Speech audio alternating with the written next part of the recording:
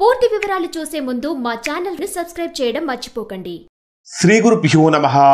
శ్రీ మహాసరస్వత్యై నమః. ఓం నమః శివాయ.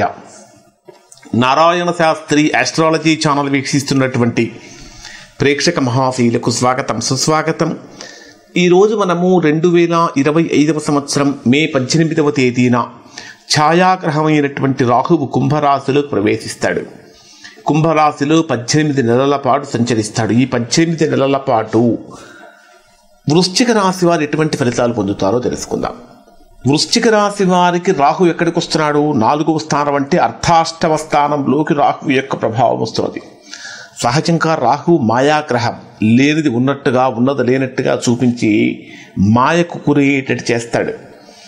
రాహువు చతుర్థ స్థానంలోకి వస్తున్నాడు. చతుర్థ స్థానం అనేటటువంటిది విద్యకు, తర్వాత గృహానికి, సుఖాలకు, ప్రయాణాలకి, మంచి విలాసవంతమైనటువంటి జీవితానికి, బంధువులకు, తల్లికి మొదలైనటువంటి వాటన్నిటికీ కూడా, లేదా మీ కష్టార్జితానికి మొదలైన వాటన్నిటికీ కూడా సంబంధించినటువంటి స్థానం.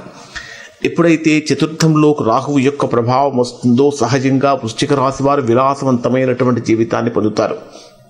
అంటే వారి జీవన విధానంలో కొన్ని రకాలైనటువంటి మార్పులు జరుగుతూ ఉంటాయి. అత్యంత నిజాయితీగా ఉంటారు. ఎక్కడా కూడా ఎవరిని మోసం చేయాలనే తలంపు ఉండదు వీరికి. అత్యంత నిజాయితీగా ఉంటారు. ధన సంపాదన మీద ఎక్కువగా దృష్టి పెడుతూ ఉంటారు. కానీ చతుర్థంలోకి రాహు వచ్చినప్పుడు మీరు ఎంత నిజాయితీగా ఉంటున్నప్పటికీ కూడా మీ కృషికి తగిన గుర్తింపు లభించదు. చేసేటటువంటి వృత్తి, ఉద్యోగ, వ్యాపారాలలో సమస్యలు అనేటటువంటివి చాప కింద నీరులాగా ఇక్కడ ఈ రాశి వారికి పెరిగిపోతూ ఉంటాయి. వృశ్చిక రాశి వారికి సహజంగా 4వ స్థానంలో కనుక రాహు యొక్క ప్రభావం, 4వ స్థానం అనేది తల్లికి సంబంధించిన స్థానం, మాతృస్థానం కూడా. మాతృస్థానము విద్యాస్థానం. ఎప్పుడైతే 4వ స్థానంలోకి రాహు యొక్క ప్రభావం అనేటటువంటిది వస్తుందో మాతృ సంబంధమైన సమస్యలు కలుగుతూ ఉంటాయి. అంటే తల్లికి సంబంధించినటువంటి అనారోగ్య సమస్యలు కానీ, కొన్ని రకాలైనటువంటి ఆందోళనలు కానీ, లేదా వారి ప్రేమకు దూరం కావటం, ఇట్లాంటి పనులు జరుగుతూ ఉంటాయి. కాబట్టి జాగ్రత్తలు పాటించాలి. అలానే విద్యాపరంగా కనుక తీసుకుంటే విద్యా సంబంధమైనటువంటి విషయాలలో ఆకస్మికమైనటువంటి ఆటంకాలు కలుగుతూ ఉంటాయి. విద్యలో ముందుకు వెళ్ళలేకపోతూ ఉంటారు. ఎంత గట్టిగా ప్రయత్నించినప్పటికీ బొటాబొటి మార్కులతోటే పాస్ అవుతున్నామేమిటా అనే భావన కూడా కలుగుతుంది.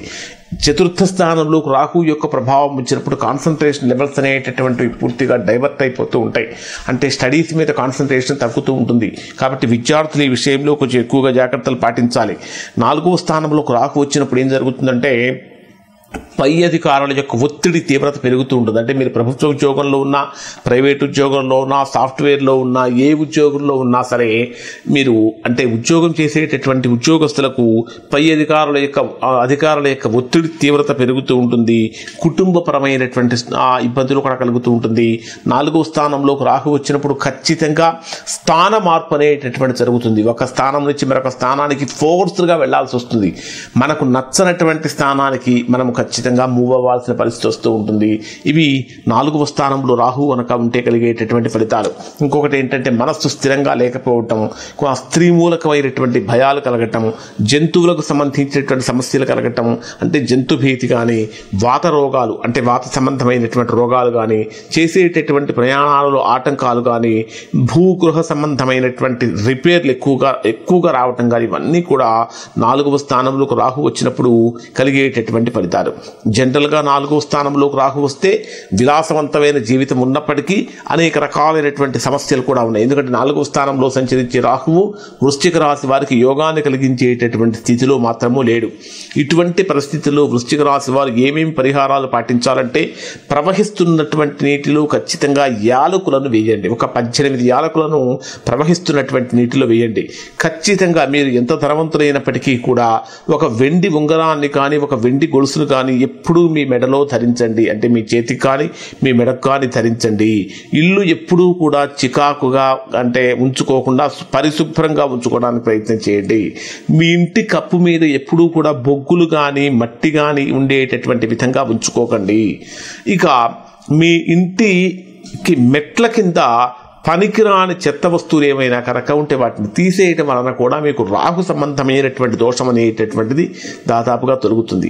జనరల్గా ఇప్పుడు కొన్ని ప్రతికూలతలు అయితే మనకు కనిపిస్తున్నాయి. 18వ తేదీ నుంచి 4వ స్థానంలోకి రాహు వచ్చినప్పుడు వృశ్చిక రాశి వారికి 18 నెలల పాటు ఉద్యోగపరంగా వ్యాపార పరంగా కొన్ని సమస్యలు ఉంటాయి. అంటే విపరీతంగా కష్టపడిపోతూ ఉంటారు, ఫలితం మాత్రం తక్కువగా ఉంటుంది.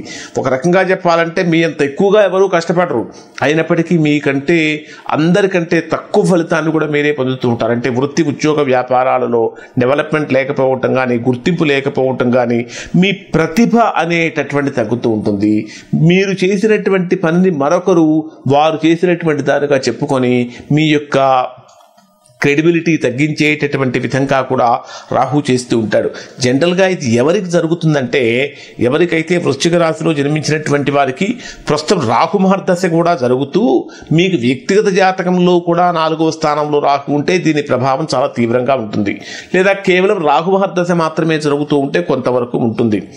మీకు వ్యక్తిగత జాతకంలో రాహు మహర్దశ జరుగుతూ చతుర్థంలో రాహు కనుక ఉన్నట్లయితే ఖచ్చితంగా ఒక్కసారి మీరు మీ వ్యక్తిగత జాతకాన్ని కూడా విశ్లేషణ చేయించుకొని దోషం ఎక్కడుందో తెలుసుకుని దోష నివారణ చేయించుకుంటే దానికి తగిన విధంగా చక్కటి ఫలితాన్ని పొందుతారు.